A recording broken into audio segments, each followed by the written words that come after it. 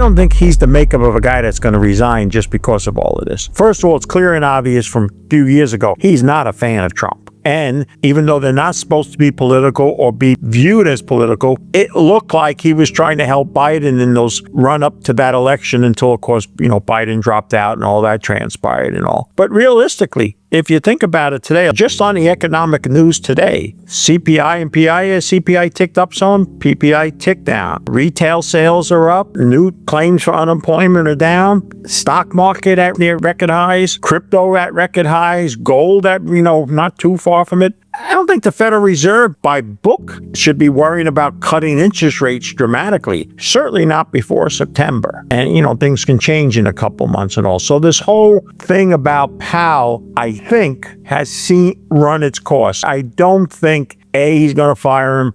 B, I don't think he's going to resign. Now, if the stock market starts to tank and Trump starts to be pointed as the blame, his ego and arrogance will get the best of him, and he could go back to it, demanding and actually firing him at that point in time. Well, I don't always know if institutions are called smart money because several Nobel laureates did studies over the last couple decades and found that 80% of active money managers underperform the simple performance of the S&P 500. So we may give too much credit to the average institutional person. But you are right that institutionals are significant major net sellers of general equities and now corporate insiders as well. And it's the general public that is reaching levels not seen in years, if not ever, on how much its ownership of stocks and, of course, the lower echelon of stocks, lower price, are moving and, doubling and tripling in a matter of weeks. And historically, that has always happened at the end of a bull run and all. So it is concerning, and it's interesting that normally you would have expected, with the stock market remaining strong, that gold would not be able to hold the huge gains that it made. I think that's another credit you just got to give the gold that in all of this, it's hanging here. And I think it's hanging here because it realizes chances are that's not going to last in the stocks. And eventually a serious correction, if not a bear market, will entail. And as long as it's not a collapse, because remember, in a collapse, people think of liquidity. They're not talking the stories about gold and bricks or anything. I need to sell something in order to get my house in order. And, gold could be sold then. But other than that, the stock market peaking and rolling over will be just another bullish factor for gold. I think silver will not be able to rally a lot without gold going up, and that could cause it to drag up. I do think gold has traded just admirably. Now, remember when it got near 3,500, I actually took profits in it because I thought it ran far, and it got something that almost always is a surefire signal. The percentage above its 200-day moving average was at a record high, and I felt that suggested that it's going to either take time for the average to catch up, or gold was going to have to go down a lot, maybe as far as 3,000, because the 200-day moving average at time was 2,700 and change. If you're a 4,000 or even higher believer, the longer we consolidate here and that averages get and overboughtness get worked out and things of that nature, the better foundation it will be to get to those numbers. I would say that I'm well content about the gold price. Obviously, breaking through this resistance on silver was important. I think shorts, if they are what many people think that are out there, they got a huge problem. They won't be able to wait too much longer, and it may take a psychological number being broken, which would be 40. It's just a round number, but it would be psychological. And we could see that ultimate squeeze that a lot of people have felt all along. But constructively, gold and silver still look like they want to go a lot higher, and there doesn't seem to be any real concerns of major downside other than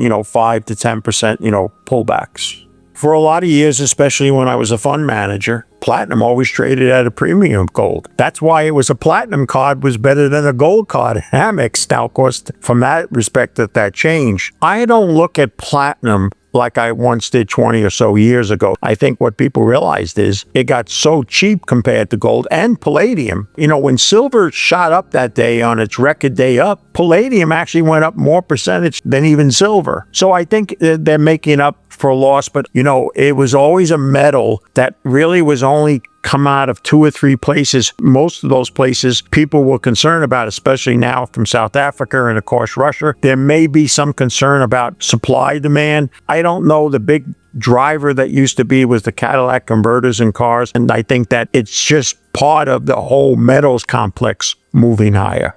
I do think he's made a serious misjudgment. And first of all, he's done some really good things. The immigration thing, another 4 years of how it was, the country would have been totally ruined. Not that it's not going to be eventually, but he at least curtailed that end. He's brought some sanity back to things. He's taking money away from places that were extremely biased, like, this NPR stuff and all. But on the trade war, my comment is simple. He brought a big stick to it when he should have brought an olive branch. America is not the power that it was 30 or 40 or 50 years ago. And you can say all you want about make America great again and all, but it's not the country it was. It's not received in the manner that it was 30 or 40 years ago. The BRICS would have never gotten off the ground and continue to grow if it was where everybody wanted to deal with it and all. China is an extremely formidable opponent. I put out a video a couple of nights ago just demonstrating why I think that's true. And so I think he made an error. Now, he still has the momentum from his election and the group and stock market, the don't worry, be happy crowd that make up much of the financial service industry. I like to joke that you can throw them off the Empire State Building all the way down. They'll all say, hey, so far so good. They'll like anybody and anything that makes the stock market go up. So they're all for, and supporting this stuff and all. But I will tell you this, I think it's going to come back to bite America in a very big way. And one of the things that's showing up now is, and he's given this name of taco and, that Trump, says one thing and then he switches. I don't think he has that much more time until he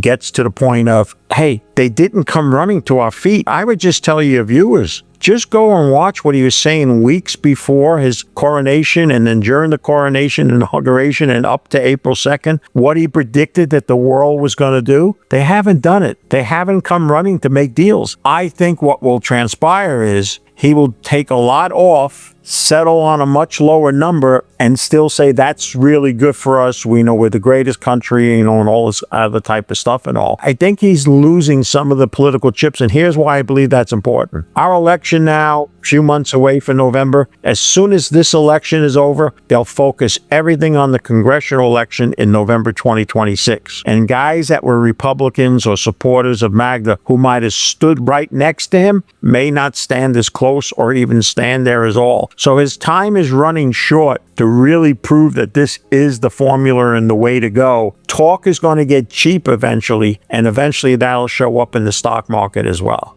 I say this often and I'll say it again. I think one of the happiest people in the world right now who's ever the director of new membership for the BRICS, because everything that's playing out in their arguments why you should join the BRICS since Trump has taken presidency points more and more. Yeah, they weren't household names that joined, but we saw several more countries join. China can wait out Trump, and meanwhile it's maneuvering and doing certain things. And I think it's going to come back to bite them. And again, remember, the formation of the BRICS, believing why these central banks were acquiring so much gold, and by the way, they're continuing nonstop, was the reason why I got out of stocks and bonds and bought gold for capital appreciation, and that worked out fine. I don't think there's a lot of knowledge in the financial service industry understanding what the BRICS are and what impacts it's going to have, not just geopolitically, but economically. And therefore, I'm a big believer in, I think they've had another great year. They're smart enough not to get into a war of words. You cannot beat Trump in a war of words. He said he's going to break the kneecaps and all this other stuff, but they're moving forward. And I think that's another one of the many bullish reasons for the gold market to work its way higher. Well, I think the main reason the countries haven't run as he expected them to, and if you remember, look at all the reports that ran, the secretary said, big deals are coming a couple of days next week, and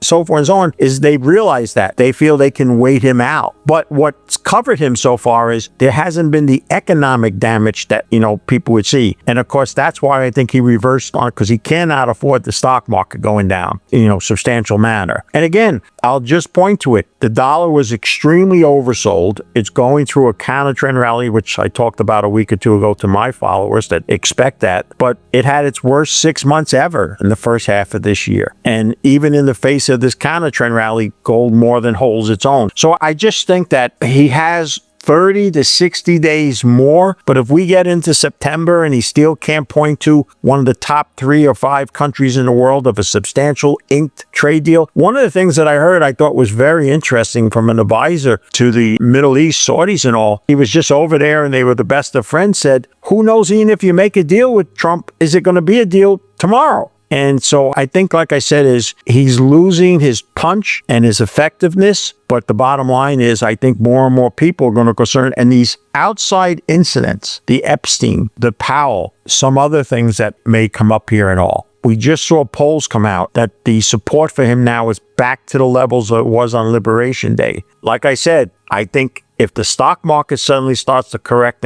hard, that could be the final blow to the Trump so-called initiative. And then he's got an issue because he doesn't have 3 more years. He has between that period and the November 2026 election. And if either house flips the Senate, then it's just going to be, nothing get accomplished until the 2028 elections.